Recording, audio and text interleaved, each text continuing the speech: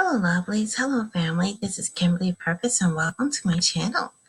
I am sorry I've been away from you guys. I wanted to make sure I put up another video, and today I want to talk about the 4th. You know, it's past, of course.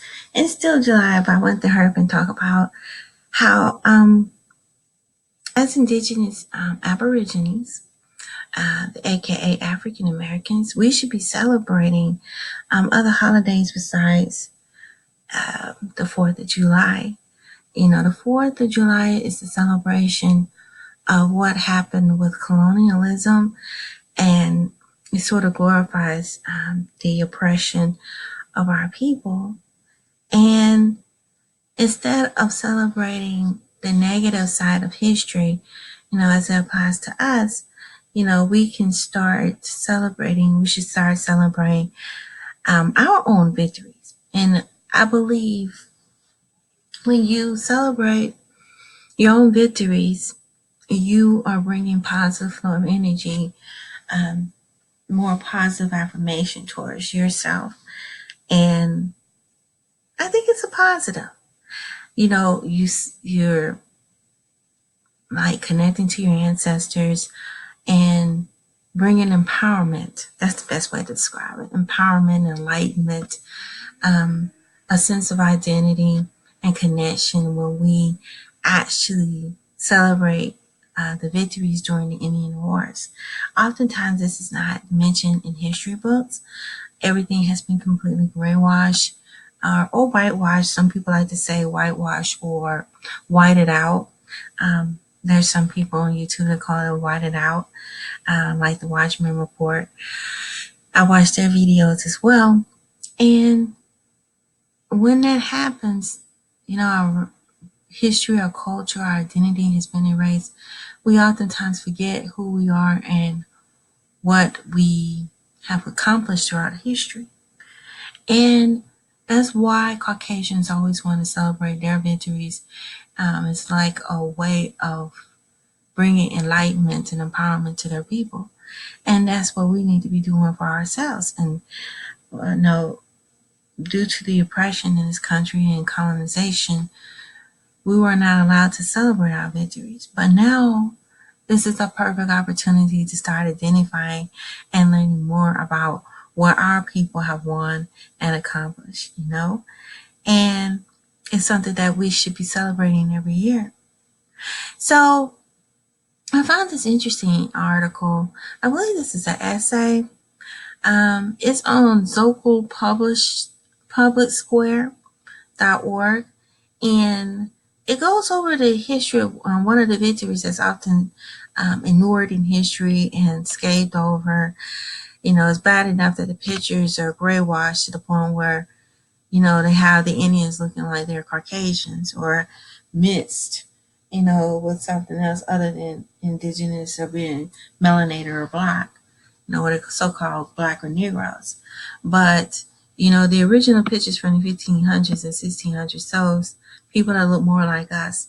And a lot of the research that's been passed down through archaeologists has already shown that Negroes were already here in the Americas during ancient times.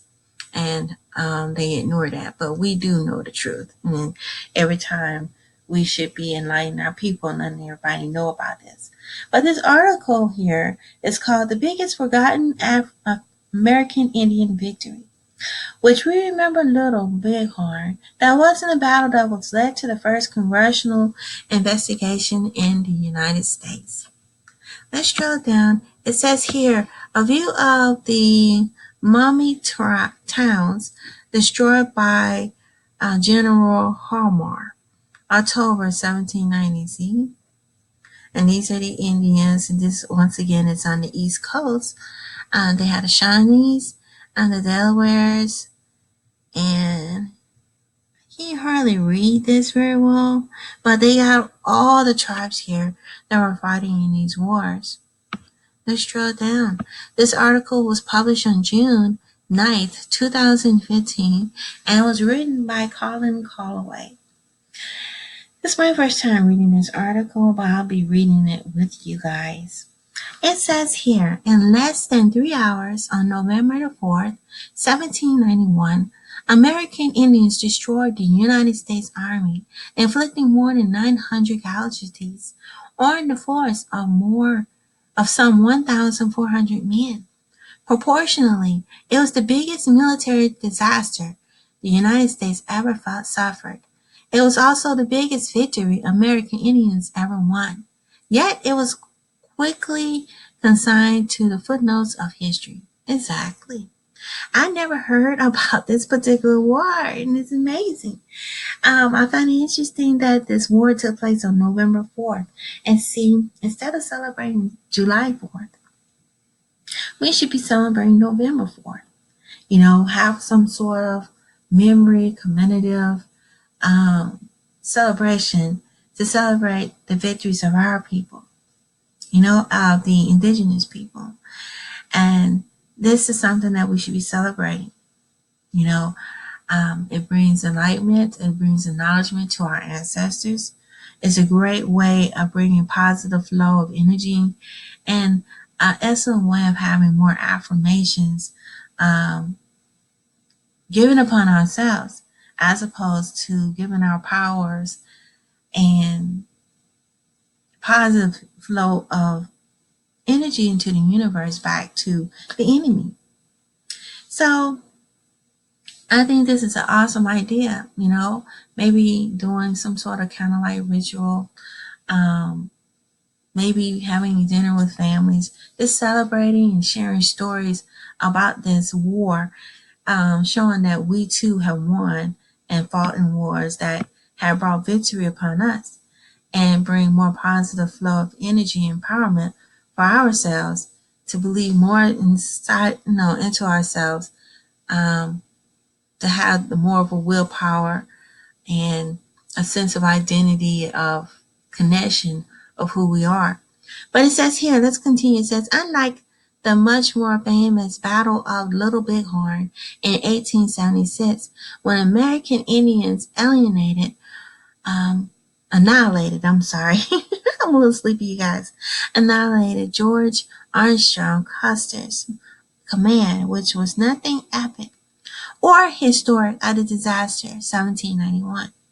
The American troops proved no match to the Indian warriors executing a coordinated battle plan, and after 3 hours of ineffective resistance, they brought and fled abandoned arms, equipment, and wounded comrades to the enemy. This is amazing, guys. Then it goes on and says that some Americans see no point in remembering an event that didn't change the course of history, that reflect little credit on their country, but the Indigenous victory mattered a great deal in 1791. The new republic that hostile power on the borders and a few national loyalties binding Western settlers. The further United States was not secure, and the Battle of Ohio last consequences. We miss a lot if we ignore those 3 hours of American history. And it's ignored. You don't see this in the history books. And this is something that everybody should be remembering, especially Indigenous people like us, the melanated race, the copper color race. And it says here, in the 1791 settlers and the land spectaculars, uh, well, were eager to get their hands on the rich lands of Ohio, but were meeting resistance from American Indians. So President Washington dispatched General Arthur St. Clair and some 2,000 men to the center of that resistance, a group of villages on the Mummy River in northwestern Ohio. Here's this particular person right here. We'll skip on down. I can care less about him. But anyway, this is Arthur St. Clair by Charles Wilson. See how they glorify themselves? See, we should be having big pictures of our Indigenous heritage and the likeness of who we are with our dark copper colored skin, with our beautiful flowing coarse hair. How's a beautiful woven hair flowing in the wind. These are pictures that we should have of ourselves, showing our Negro features and in our likeness of who ourselves. Like the original artwork that was done in the 1500s, we should be producing these. And there's an artist that is doing that, and I'm starting to see more and more artists producing artwork, and that's what we need to do, is have artwork like this. Here, this is one right here. I see these artwork, but a lot of them in gray wash. But it's up to us to create our own artwork to show the true, images of who we are. I think that's very important. When you have that, like I said, brings more empowerment and enlightenment for ourselves as Indigenous Aborigines. I'm not going to read all this article. I'm going to just read a couple of paragraphs. Let's read this one. It says here, the American Army, poorly equipped and badly trained, delayed and demoralized by administrative mismanagement, contractors' fraud and bad weathers, it ranked then by sickness, desertion, and the expiration of enlistment terms, was out of the element at dawn and November 4th. About 1,000 soldiers from a coalition of Indian nations, Shantis, Mampis, Mayampis, I think that's called Mayampis, Delawares, Wakondos, Kickapoos, Ottawas, Potawatomis, Iroquois, and others, encircled and attacked the American encampment at the bank of the Wabash River, moving rapidly from trees to trees and firing from cover. Indian marksmen systematically picked off the officers and the gun crews, depriving the raw American soldiers of leadership and artillery. American bayonet charges proved ineffective, and discipline unraveled by the casualties mounted. When General St. Clair ordered a retreat, the survivors fled for their lives. The Americans suffered 630 killed and almost 300 wounded. On the Indian side, there were also 25 killed and perhaps 50 wounded, which wasn't that many, which is awesome. And in the long run, perhaps the American defeat among the Wabash River didn't really matter. The U.S. rebuilt its army, and 3 years later, General Anthony defeated the Indian coalition in the Battle of Fallen Timbers, thus opening up the Ohio's rich lands of settlement. And see, they scathed over it, but what matters is they won this particular victory. And like I said, this is something we should be celebrating in order to bring power and enlightenment among ourselves as Indigenous people, to show that we can win our own victories and unite as one. And I think that's been a problem throughout history. We all been separated and not connecting with each other.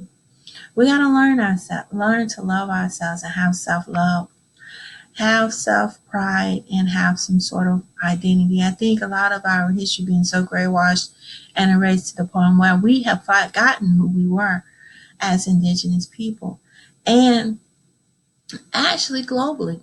Because I was looking at some of the histories that's done in South Africa.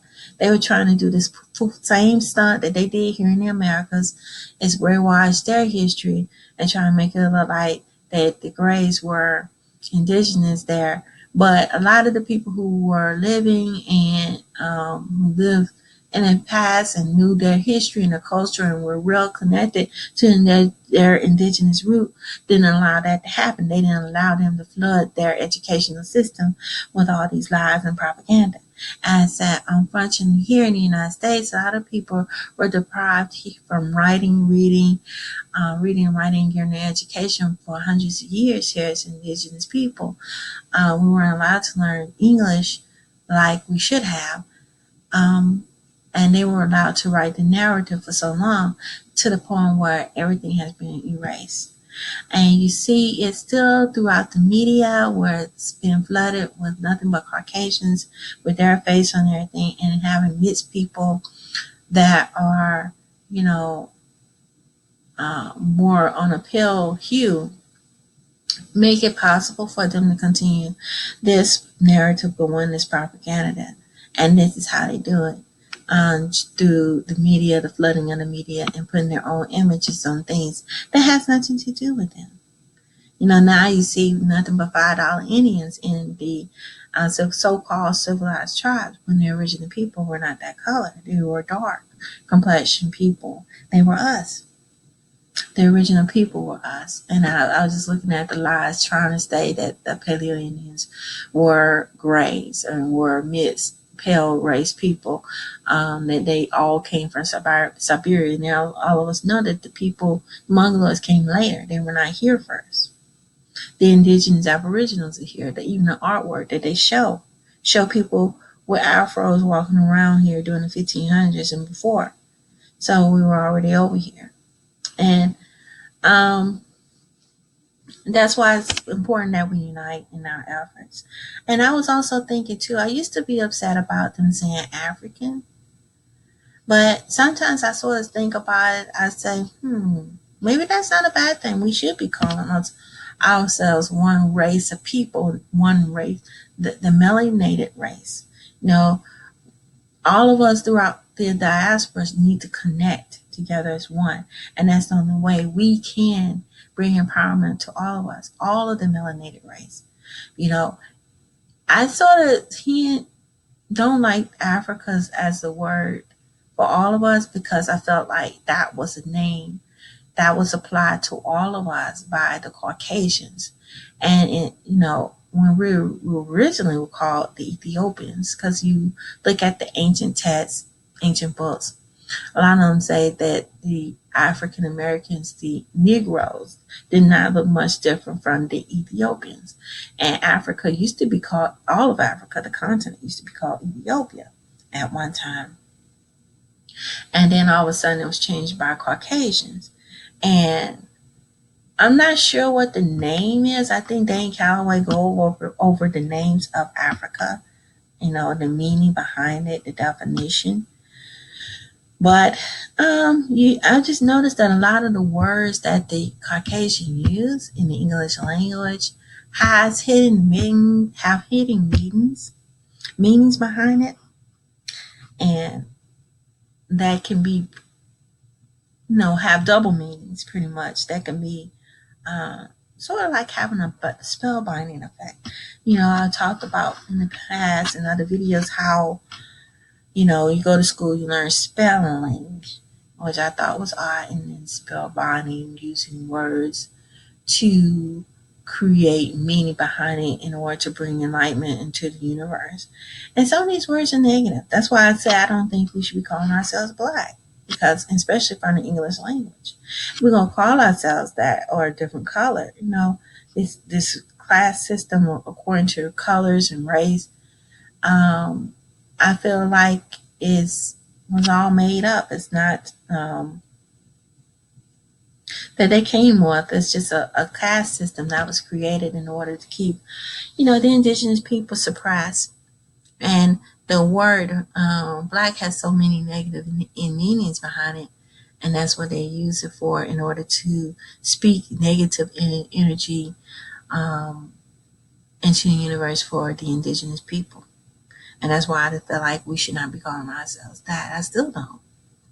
Because majority, if you put us next to a black sheet of paper, none of us are that color. Even the darkest skinned black person you find, they still not that color. We're more all brown, brown in hue. And that's what we really are. We are color of the earth, the soil, throughout the planet. And we should not be calling ourselves that. I'm a little bit tired, you guys, and if I get on a tangent, I apologize. But that was on my mind. I was just sort of thinking about that. No, but we do have to unite in that. And these wars right here with the Iroquois and, the Delaware Indians and the Shawnees, these are examples of how the indigenous people came together and worked together as one. And this is what's going to happen to us and what we're going to have to do as indigenous people. Now, this is more of a global society, so it's going to take more of a global effort, not just here in the United States, but also across the globe, across the diaspora. And also, uh, in every continent, it's going to take us uniting as a uniting force. But I know we need to start here in the Americas. You start home and work your way outward. But it's very important that we realize that unity is the key. And you see how a lot of these wars were won through unity and as a collective, and that's what's going to take. It's going to take us working together as a collective. And what would be even better is we can work together as a collective effort globally, and that's the only way things are going to change for us is if we work together as a team and as a collective, as a whole. But, and it says here, it explains how all the people that got wounded and everything and what happened. And then they're talking about how later on they still ended up winning the war. But I noticed that throughout history, a lot of times they won by separating us, dividing us, and creating chaos. You know, and that's what they do. They create chaos in order to create a divide among the people. And that's why we got to learn to work together and be more rigid and come together as a more collective, united voice where it's more rigid and impossible for them to break through. And if anything, we bring chaos back onto them, speak it back into the universe, back into them. And one way is to celebrate our victories.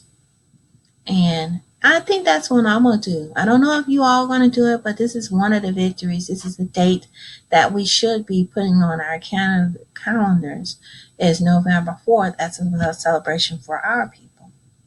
And we can, if you don't want to do it for this one, several others.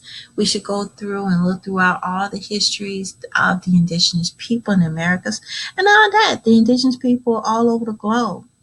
No, we should be celebrating our own culture, our own, narrative and celebrating it. And I think that's very important, to bring enlightenment and celebration among our people, to love ourselves and to realize, hey, we have accomplished great things.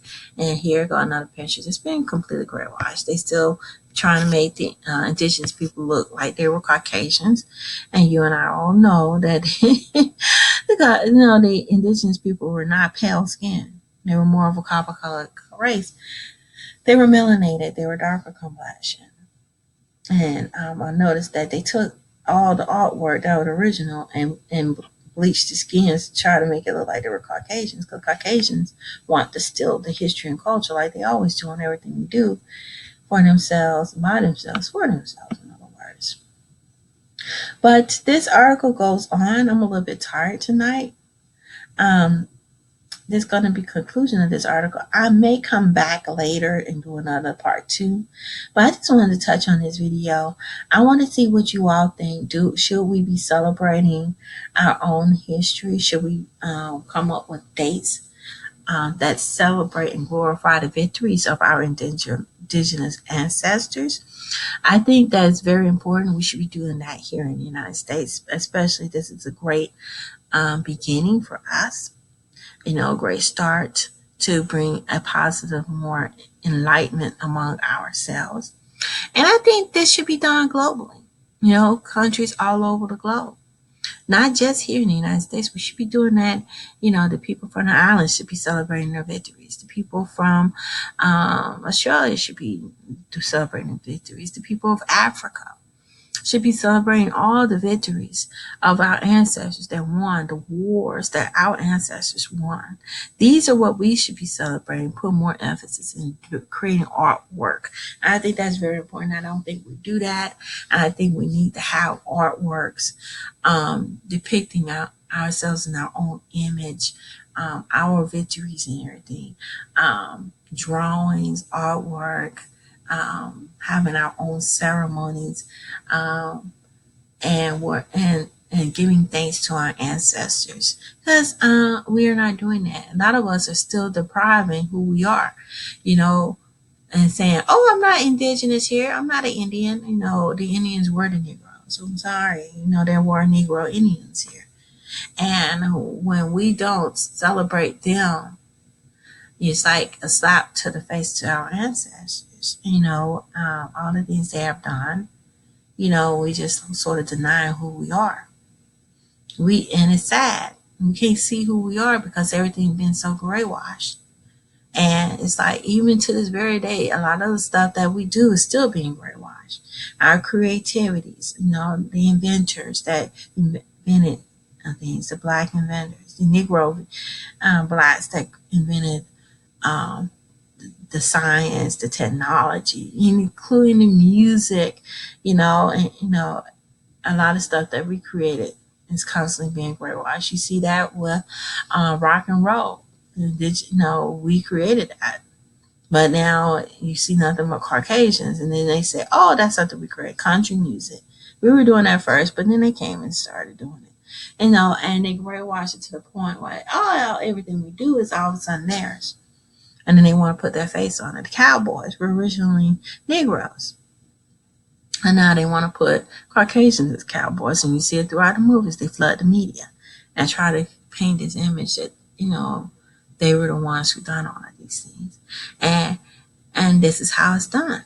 And then over a few years later, you think, even though we might have created and started and it was part of our culture and heritage, they flood the media so bad and start trying to make it look like they did it to the point where we lose our identity in the process.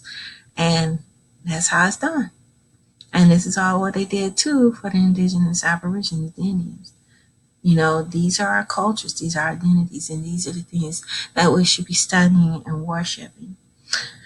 But I can go on and on and on and on about this. This is part number one. I'm a little bit tired tonight. I've been working a lot. I'm going to try to do more videos, but that'll be a part two to this video. But please tell me what you think. Do you think we should be celebrating? I'm going to go further into this. I think we should. We should be celebrating our own victories in history, because we have a lot of victories, and we need to bring it highlighted every day. That's very important, and I think that's something that we should be doing. But please leave your comments below. Please like this video and don't forget to thumbs up.